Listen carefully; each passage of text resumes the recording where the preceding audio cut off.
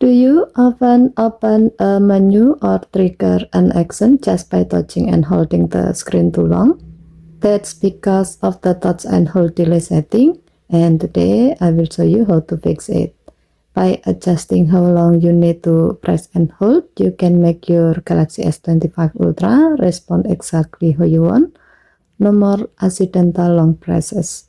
To do so, go to Setting, swipe down from the top right corner of the screen to open up the Quick Settings panel, and then tap Settings icon.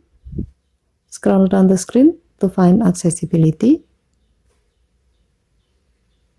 Tap Accessibility, then tap Interaction and Dexterity. Under Touch Settings section, select Touch and Hold Delay. Here you will see several options. Very short, to make your phone react quickly. Short, this is the default setting. Medium, this gives you more time before a long press is triggered. Long, you can use it for maximum delay. And custom, to set your own timing. As an example, let's choose medium.